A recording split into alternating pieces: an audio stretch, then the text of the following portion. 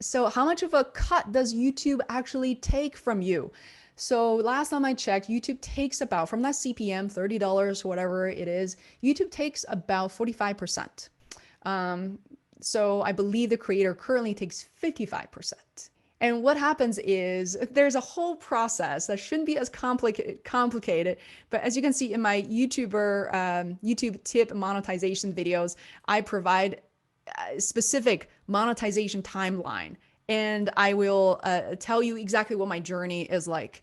And so, yeah, it takes a while to get there, actually. And from there, they would just send you checks right into, they deposit the amount directly into your savings account, your checking account. You don't have to touch it anymore.